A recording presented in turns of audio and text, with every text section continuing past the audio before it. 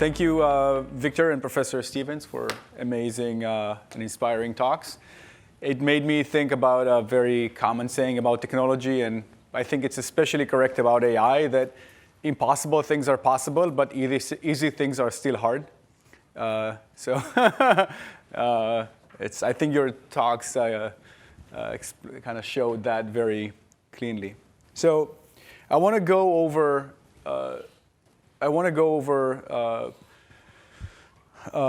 what I call retrieval problems, but it's a large set of problems in industry and in machine learning. And I want to show you a bunch of different problems that you thought are maybe different or didn't think they had anything to do with each other, and show you that maybe under the hood nowadays are much more similar than you think. They might even be identical in some sense. And show you that deep learning and machine learning is changing the way we do these things. This gives us a lot of potential benefits, but some really new and interesting, unique challenges. I'll go through some of those and maybe show you in the end a little bit about how I think about those things now and how I think we should progress. So when we think about retrieval, I immediately think about information retrieval, about search engines. And the inverted posting list and the search indices and so on have existed for a while, and we kind of all have a toy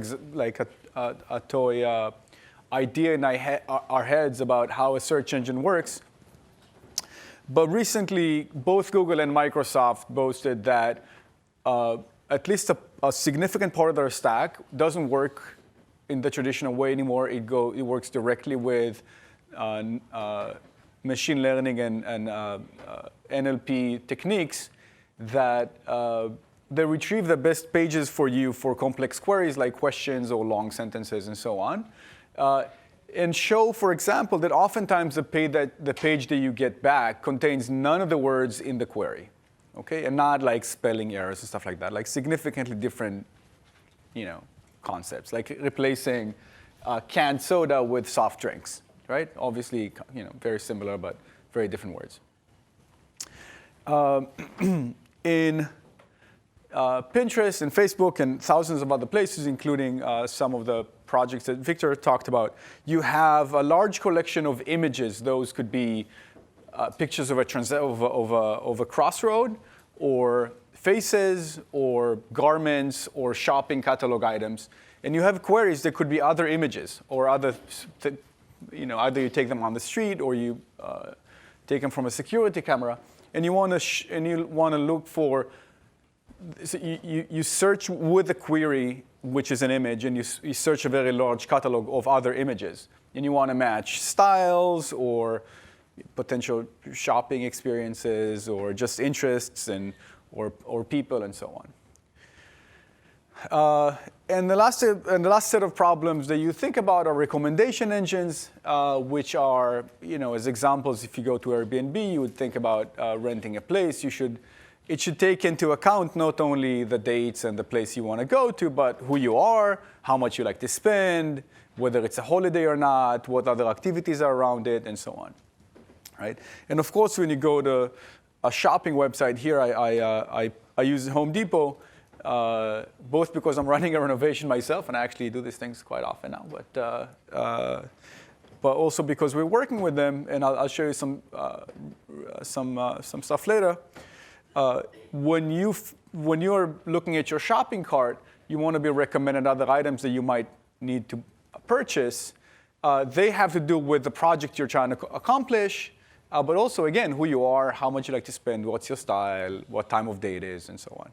Right? And so those are all of these things we expect to work with machine learning. We expect them to be smarter. We expect them to do things that are accurate, right? And you might not think about those things as the same problem, but I want to convince you that really they are. And so the way I think about those problems is in a very abstract way. So I want to zoom out as far as possible, and then we'll zoom back in a little bit, right? So I want to say I'm going to find a model that takes two objects, right? The object is a query and an item in my catalog, right? The query could be me if I'm a shopper, or it could be an image in a computer vision task.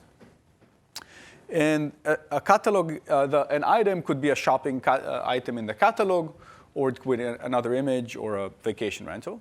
And I have some black box model that just tells me the match for Ido right now is shopping for a sink on Tuesday, is like a faucet.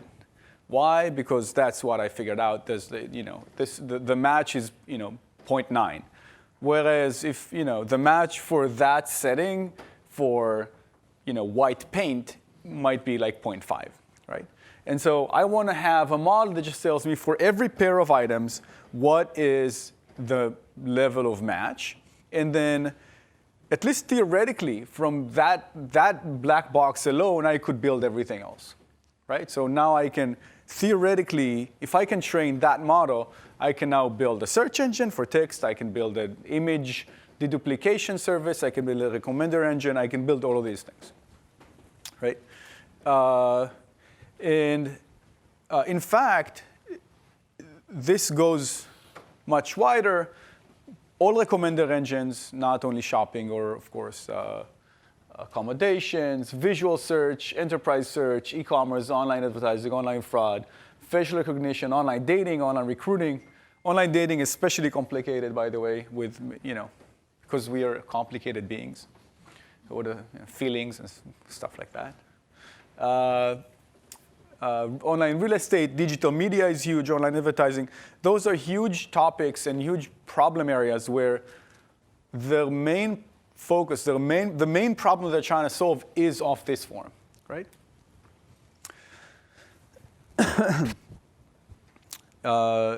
And so I want to suggest that there is a very simple unified model that actually achieves incredibly good results. It's not really it's not an architecture in the sense that it's not a deep learning model. It's not an architecture for a neural net. It's kind of a meta architecture where you want to take your query and transform it into some vector or tensor that is deeply semantically relevant for that query. You want to do the same thing for items.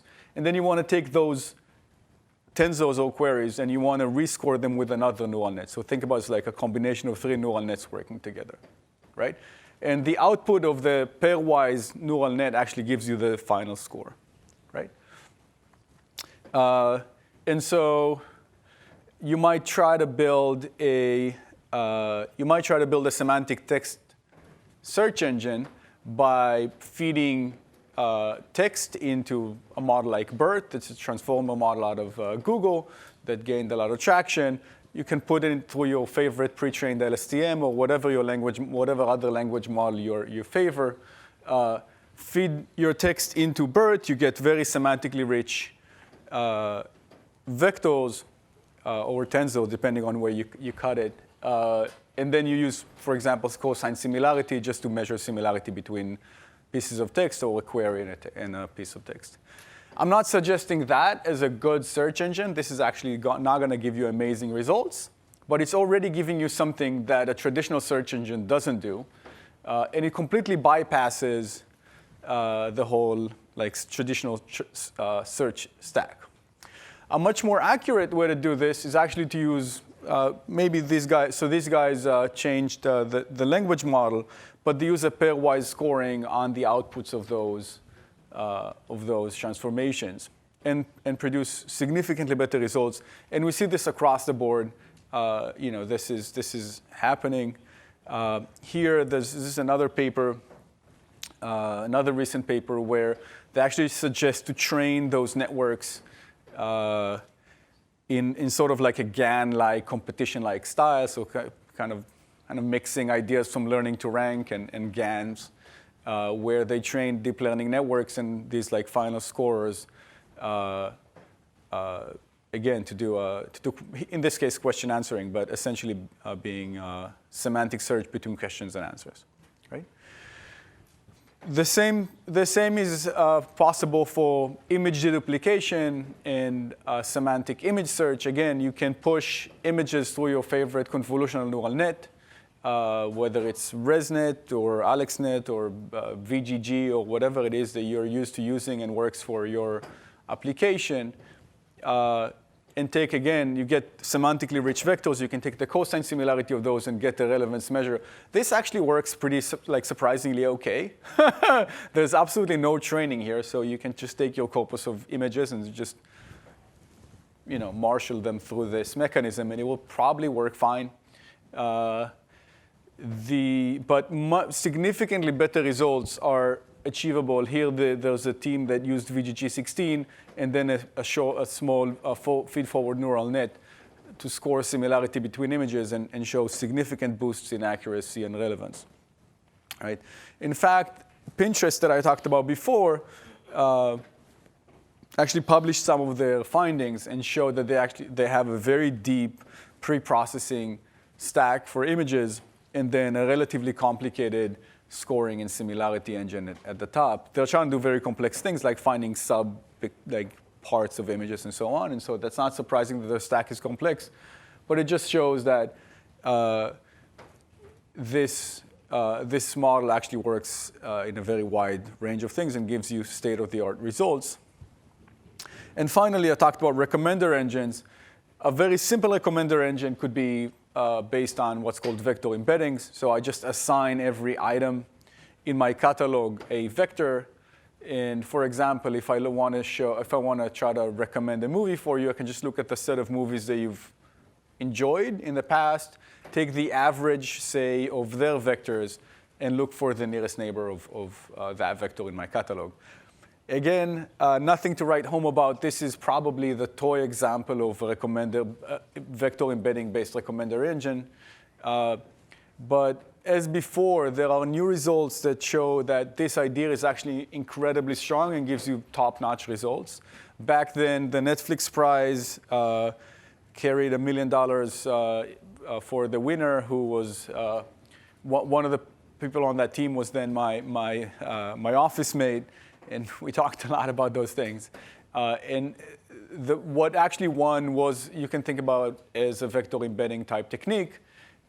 We see that neural nets are actually taking it to the next level, where you can embed things into vectors, have finally scoring, and actually train the whole thing end to end. Right? And this gives significant boosts. This is data from MovieLens. MovieLens is an open source, kind of open, freely open data for movie recommendations.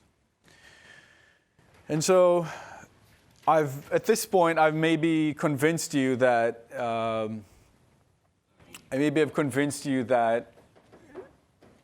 large parts of what we think about in the machine learning or internet industry is based off of these types of networks, right? You might think to yourself, so why is not everybody just using that and be done with it? So if it's so simple, then why don't we just do that? Well, first of all, a lot of companies just don't have the right mechanisms to be able to even do this properly. So when you want to do something like this at a company, or if you want to launch an actual product, right, that people actually use, you have to do a lot of different things that maybe you're not used to doing with a database or a search engine, right? You have to do, first of all, you have to prepare data and do like insights and create features. You need to, of course, figure out how to train those networks. So you have to set up your entire infrastructure to train and optimize those networks. You have to have a serving engine that actually is able to, in real time, get a query and give you back results. And this serving engine needs to be robust and have good performance and not cost too much and be able to monitor and manage experimentations and so on. Your applications need to talk to it in a different way, and you have to interface with it differently. You have to instrument your applications differently, and so on. So this is a part of the AI or machine learning transformation that a lot of companies are going through. So going from traditional stacks to being able to do these things. So there are hundreds, probably thousands of pretty successful at this point small and medium companies and open source software that allow you to take parts of these things and make them easier. But this is a big transition. This is something that like the entire industry is is going through. And the companies that I mentioned in the beginning really are far ahead of the curve than the rest of the industry. For the rest of this conversation, I'm very short on. Well, I don't have too much time.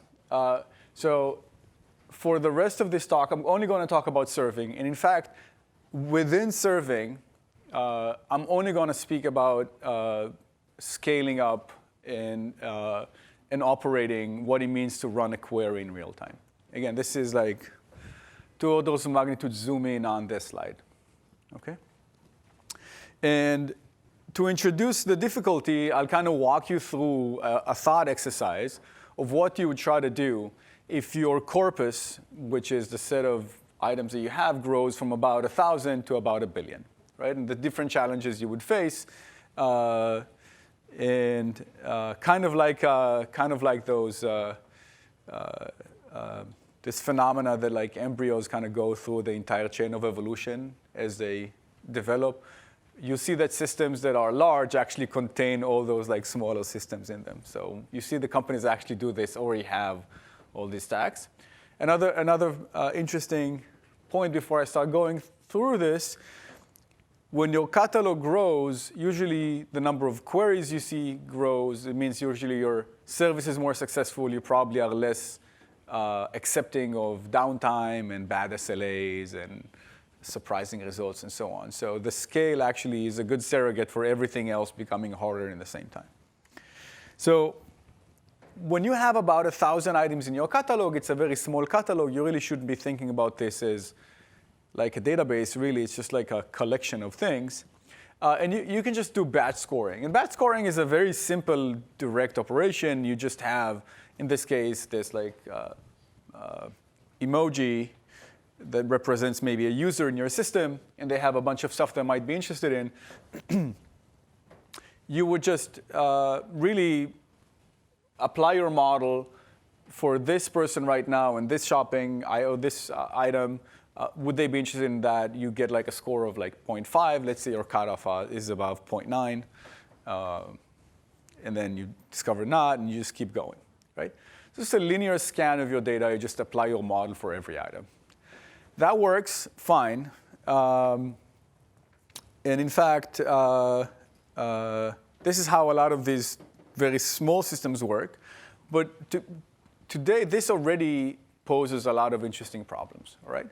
So when you take transformers models like BERT or VGG or others, they're pretty heavy, right? So if you're running them on a single thread on a moderately strong machine, it would take you tens of milliseconds for one item, right? Or maybe 100 milliseconds sometimes for even heavier ones.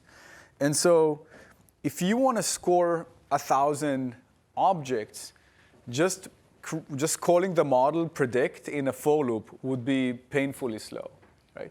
And so there are complete pieces of software from the big vendors and startups and so on, just trying to figure out how do we reinvent how do we recompile the models to actually work in this mode and not in the sequential for loop mode, okay?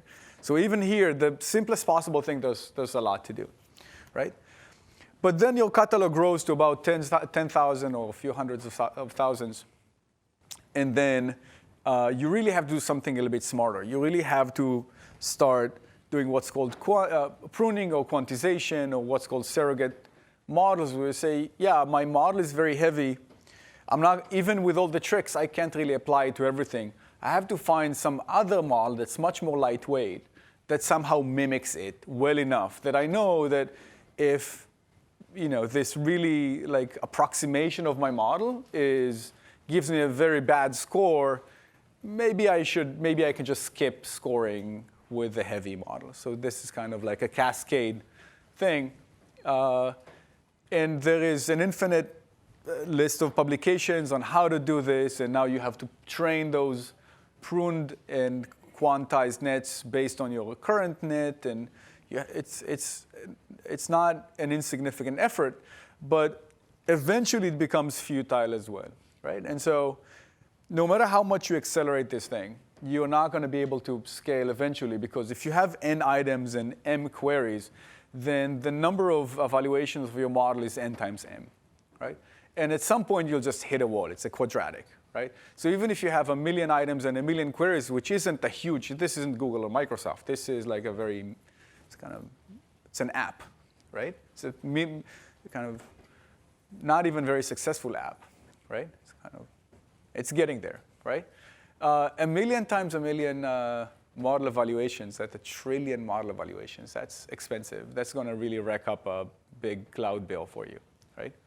And so no matter how you accelerate things, you're going to hit a wall very quickly. And so you have to kind of start pruning things at a larger level, and people start using search indexes and databases. And they want to say, so I'll just not look at like big swaths of my data, right? So if you're on a dating site, right? I live in Manhattan, I'm just not going to even look at anybody who lives in New Jersey. It's not a bad idea. Probably I shouldn't look at anybody who lives at North Dakota and doesn't want to move. I mean, that would be a long commute. But that has a problem as well, which is, well, I'm going to miss a lot of good things, because if I live in Manhattan and the love of my life lives in Hoboken, it's just one subway stop away, and it's in New Jersey, but it's really like just across the river. I'd cross the river, right? So that would be a miss. And so now you have another layer of approximation, another layer of complication, which also introduces a lot of what's called recall loss in your system. So recall means kind of the percentage of good things that you find, and that slips, that means you don't find a lot of good matches, right? And so as the system grows, those rules that I prune on, like maybe state or maybe some BI rule in my system, actually becomes A, unmanageable, and B, just gets you really poor performance. And now you try to inject some machine learning into it with nearest neighbor type solutions. I make fun that the search index is dead. So the search index, by the way, is an incredibly old data structure. It predates the computer by a lot. So this is the Christian concordance.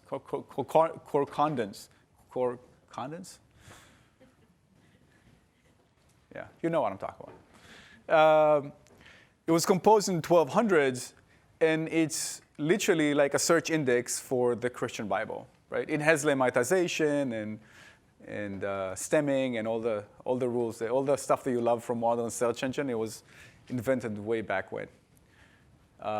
Yeah, books still have indices. I mean, they're even called an index. So anyway, so when you want to find similar things, or when you try to approximate those models, people try to use nearest neighbor searches. That helps sometimes. It's yet another level of complication, but it's also like it's a level of complication. It's incredibly hard to work with. Again, there are like a few, probably like 10 open source pieces of software that are not bad by and large. I've been working in this field for a while. 5 minutes. They're not bad. They're not great either. So there's a lot of playing around with them to actually make them work. But what you end up with is something really complex, right? And so if you want to solve this problem in some fundamental way, or in a way that works for your application, you really have to figure out all these things, and you have to build a very complex multi-staged process, a multi-stage system, and each one of those boulders getting bigger needs its own data pipelines, its own optimization, its own monitoring, its own teams actually sustaining it, and so on.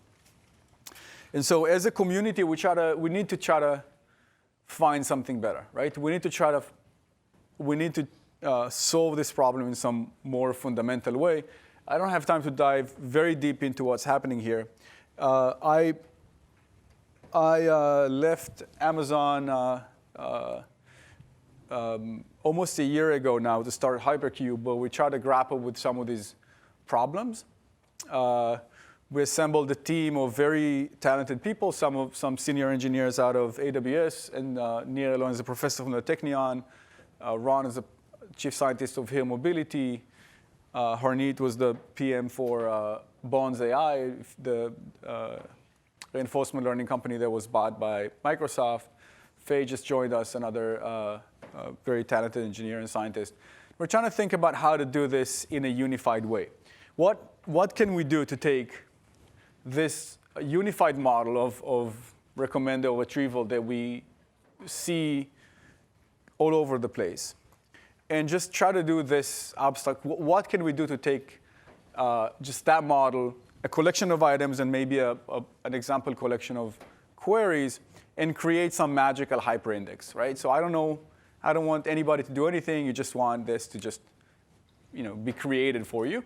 And again, automagically, you want queries to just hit that index, and you get the top scoring items, right?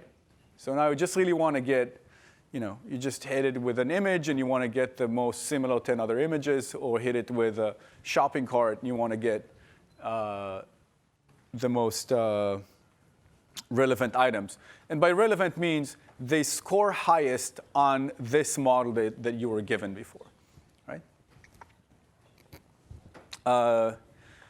As a theoretician, as an algorithmician, I can tell you that this problem is, on the face of it, impossible, because you can bake into these models things that would make this problem intractable, right?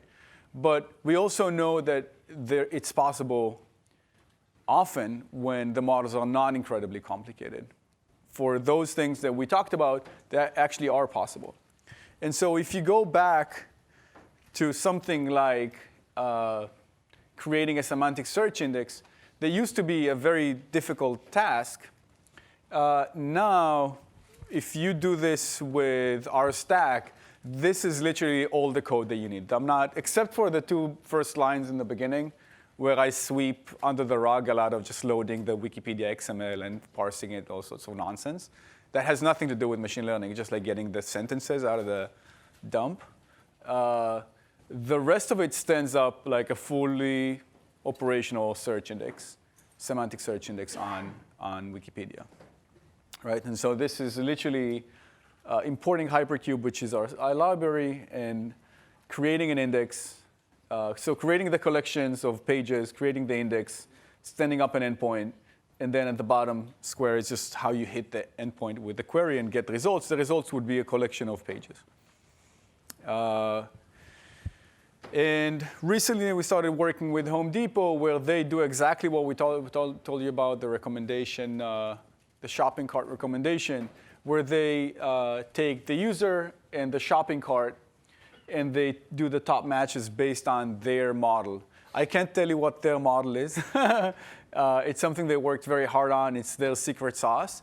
And they're using us just to get to production. They know exactly what they want to do. They took a bunch of ideas from papers and experimented internally very heavily. But for them, getting to production with HyperCube is easier, because they don't need to build out all those mechanisms. They just have them all that they want, and they just serve it in production, right? I do want to say one interesting thing about the results there, which is when they tested very basic baselines over past data, for example, just recommend to shoppers things they already bought, those tend to perform very well on historical data, because the historical data is already generated by whatever system you already have in place is doing. So if you recommend the same things to the same shoppers, they would buy the same things. And so you kind of like, you're trapped in your own echo box, right? Your own echo chamber. And we see that with the new models, they're able to break away from that and actually expand and give results that are tested, that test better when they actually present them to shoppers or present them to human judges. They would say these are actually better recommendations, even though historical data would maybe suggest otherwise. So the take-home message really is that deep learning is unifying retrieval in some basic way. So we know that the best results are achievable within this model. But for the scientific and technology community, this actually gives rise to very hard and sometimes almost intractable problems. I personally am very excited about about them because they're fundamentally interesting and kind of abstract and beautiful problems. And the third takeaway is basically that, we at HyperCube and we as a community are working on it. And if you're excited about these kinds of problems, I'm very happy to hear from you. That's it. Edo Liberty. Thank you so much. Are there any questions about data retrieval, search engines, deep learning? What would you like to know from Edo? Of course, the students. Yeah, who are you? Where are you from? What's your question? So my name is Ayush Sriharan, and I'm from Northern Virginia. And one thing I had a question about was you mentioned that as you increase the batch size, the layer of complications increases. But does that increase the runtime of your indexer, like linearly or quadratically? How does that affect the runtime of the indexer?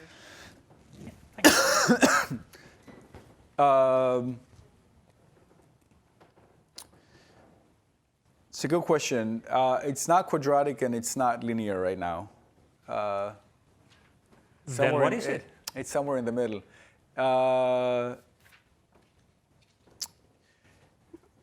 It's a complicated question because you don't actually. It's a complicated question. It's deeper than you think, but it's. It also depends on the indexing technology, right? So you can be linear, but you'd rather grow somewhat with the size of the data. So indexing would take longer, a little bit longer than like linear, super linear.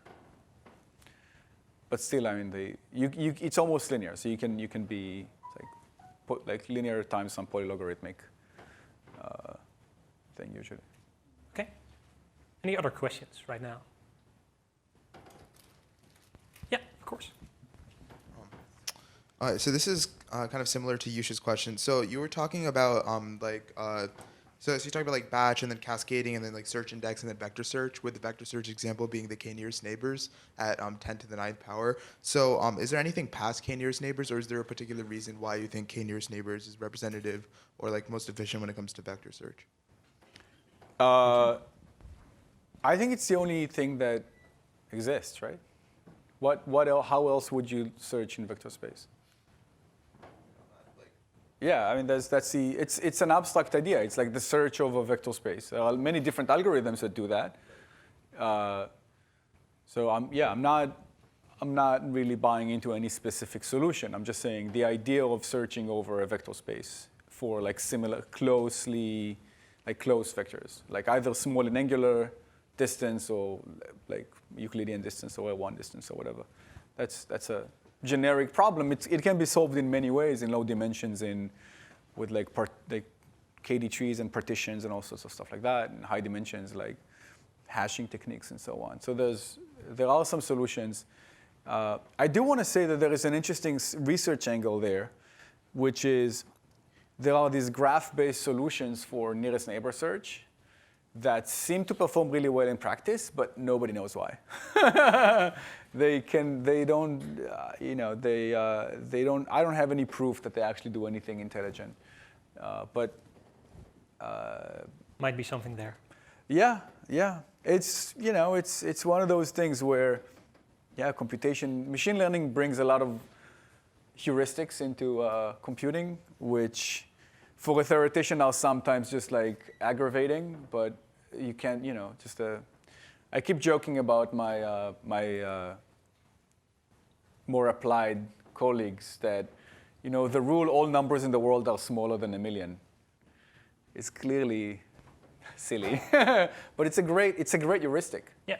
You can live your life on, and make very few mistakes if you think that.